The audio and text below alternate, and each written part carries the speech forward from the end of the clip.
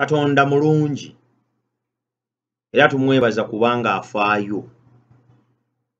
Weebala okubanga okoze okusalawo okusinga obunene okuwuliriza n'okulaba ebigambo bino. Mukisa munene nnyo gw'ofunye okuba nti ogenda kubiwulira, kubanga si bangi ababifuna mu matu gaabwe. Ebintu bingi ebigenda mu maaso mu nsi ebiriisa amatu gaffe, naye nga bingi bye bituliisa si byebyo ebikola emmere entuufu etukuza. Maloboozi mangi agali mu nsi gasiga bukyayi mu ffe. Maloboozi mangi agali mu nsi gasiga nkwe. Maloboozi mangi agali mu nsi gatusigamu bukaba na bwenzi. Maloboozi mangi agali mu nsi gatusigamu buyaayi na bufere. Naye weebala okuba nti owaddeyo ekiseera okuwuliriza eddoboozi lino. Litakusigamu bukyayi, litakusigamu nge, litakusigamu bwenzi na bukaba, naye likusigamu amazima ge weetaaga okumanya olw'obulamu bwo okwongera okunywezebwa awamu n'okuwanirirwa. Ensi gye tuliko eri mu kabi kanene. Tuli mu biseera ebisembayo eby'ensi eno. We tutuuse tusobola okutandika okukimanya awamu n'okukitegeera nti gye tugenda si birungi. Tetulinayo nnyo bukakafu ffe abatuula ku nsi yonna nti ensi egenda kweyongera etereere, newankubadde ng'abantu bafubye okwanguya obulamu. Otuula ku ntebe y'eno n'onyiga TV n'ekyuka, osinziira wano n'okuba essimu Amerika n'akwata.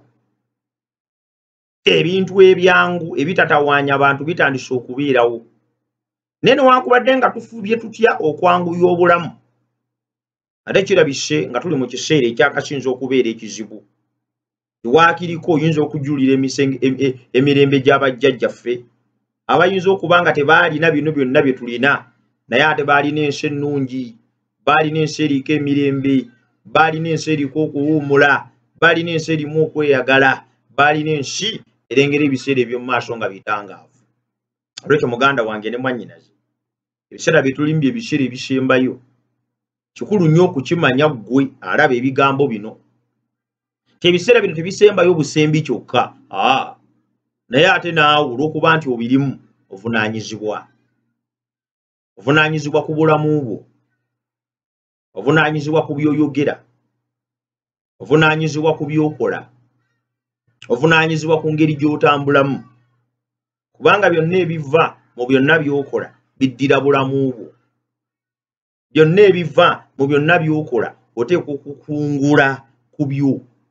Teriiyo na kimu newankubadde nga kirungi newankubadde nga kibi ky'oyinza okukola ne kigenda bugenzi ng'ebivaamu tobirezeeko. Olw'ekyo kiba kikulu nnyo okuvunaanyizibwa ku byonna. Naye nze njagala nkuzigiira amagezi gw'alaba ebigambo bino. Bayibuli bw'eyogera, Bakolinso ekisooka essuula ey'ekkumi olunyiriri olwa 31. Kale obanga mulya obanga munywa obanga mukola ekigambo kyonna kyonna, mukole byonna olw'ekitiibwa kya Katonda. Kale obanga mulya obanga munywa obanga mukola ekintu kyonna, mukikole ku lwa kitiibwa kya Katonda.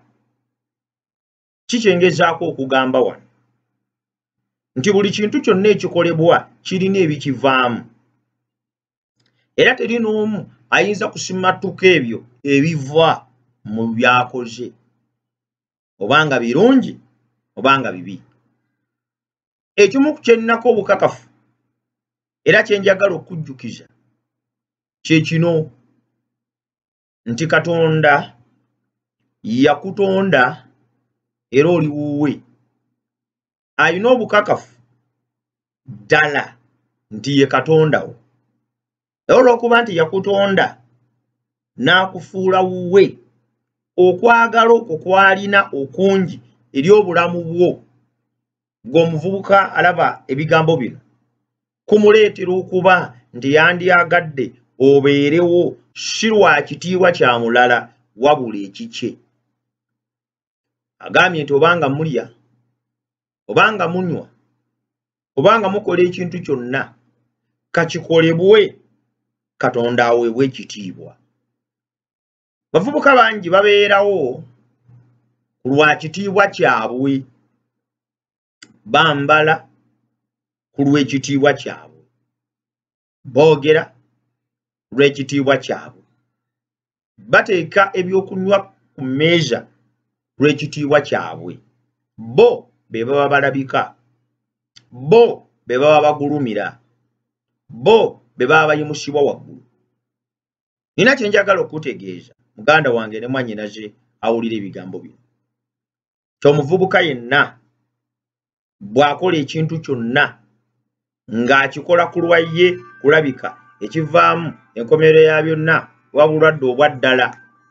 Olw'ekyo muganda wange ne mwannyinaze ekivaamu mu nkomerero ya byonna buba bulwadde obwa ddala, obulwadde obukuviirako okuzikirira, obulwadde obukuviirako okusaanawo, obulwadde obuviirawo okukutta.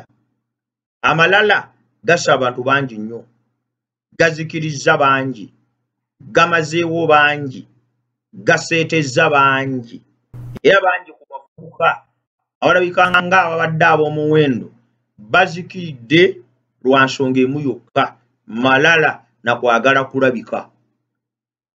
Munnange ne bakola ebatateekwa kukola, ne boogera ebatateekwa kwogera, ne batambulira bye batateekwa kutambuliramu, bagenda okumalirizanga obulamu bwabwe enkomerero ya byonna butuuse mu kabi ne mu katyabaga ak'amaanyi. Okukola ku lw'ekitiibwa kya Katonda kitegeeza nti obulamu bwo bubuze kati obwa Katonda bwe bulabika. Buli lwe tukola ekitiibwa kya Katonda tumaliriza ate ffe twefunidde ekitiibwa kinene nnyo n'okusinga kye twandifunye nga ffe twegulumizza.